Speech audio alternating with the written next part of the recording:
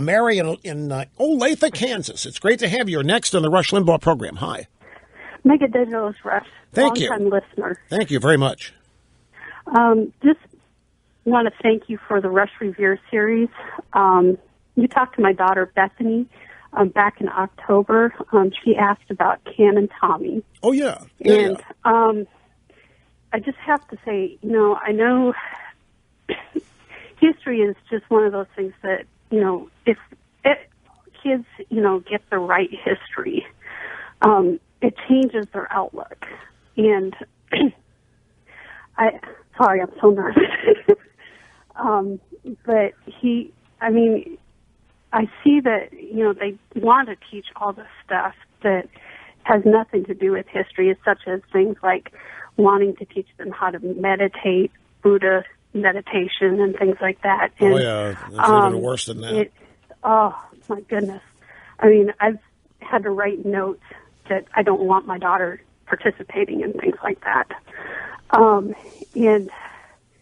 I just am so thankful for the Rush Revere series because she's getting real history. And, I have a 17-year-old son also, and we've watched, as many history things, like from the Sousa, his America, just filled with history. Right. And exactly right. I just want to thank you for infusing our youth with the true history of our country. And I have a couple of questions. One is that when do you think conservatives are going to step up to the plate and teach real history in our schools? My dad, he was a fifth grade teacher.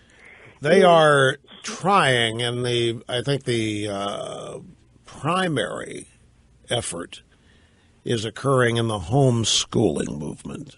I think this is how many people have decided that they're going to deal with the public school system, is to just use homeschooling. Now, there are other people are making efforts at creating inroads. And I must tell you this, you seem like you're searching for positives. There have been, and this has been a very pleasant surprise for us, there have been quite a few public school teachers who have requested, we make lesson plans, assisted lesson plans available.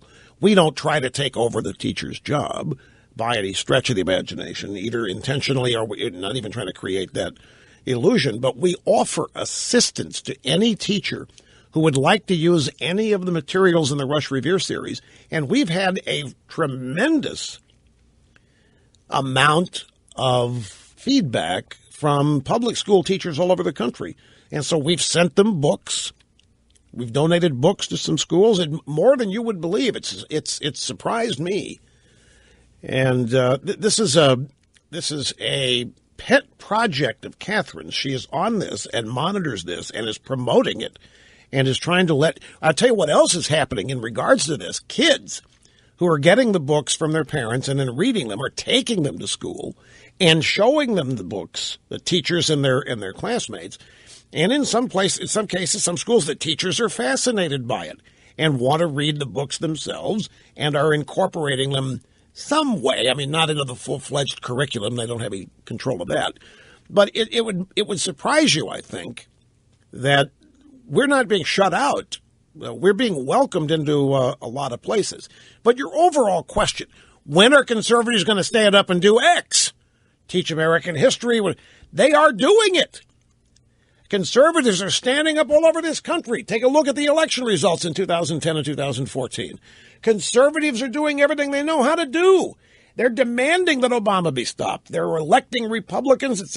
It's the only thing they can do. The Republicans then disappoint, and they mislead people during campaigns. When they're reelected, they do not follow through on the agenda that everybody thinks that they're going to attempt to implement.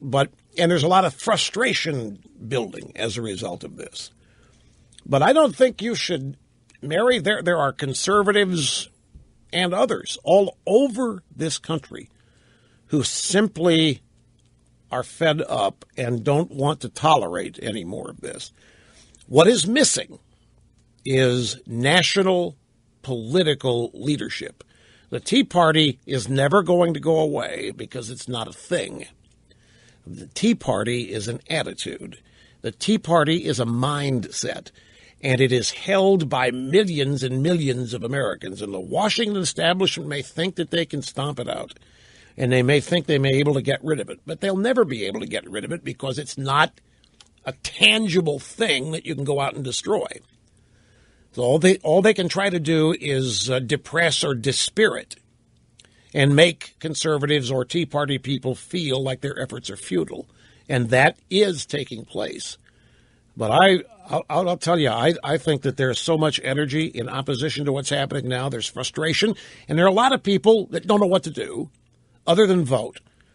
But others are getting involved at grassroots. I'll tell you where it's really starting to take hold. And you can see this in the election, too. The Tea Party success stories, many of them are in the governorships, and they are in state and local races, which is a good thing because that's grassroots, and that effervesces, and that bubbles up. And it's going to be it's a deliberate process. It's a slow and deliberate process.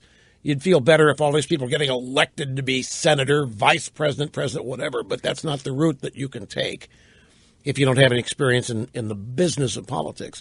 But there's a lot of progress being made, and there's a lot of frustration being felt. And it is going to boil over at some point. Every day we wake up and there's a new outrage that we're supposed to just shut up and accept. And more people, you can see it, don't want to shut up, and they don't want to accept it because the country's being torn apart. I have to take a break. I'm way long here, Mary, but I appreciate the call. Thank you so much for your kind words on the Rush Revere series. We all really appreciate that.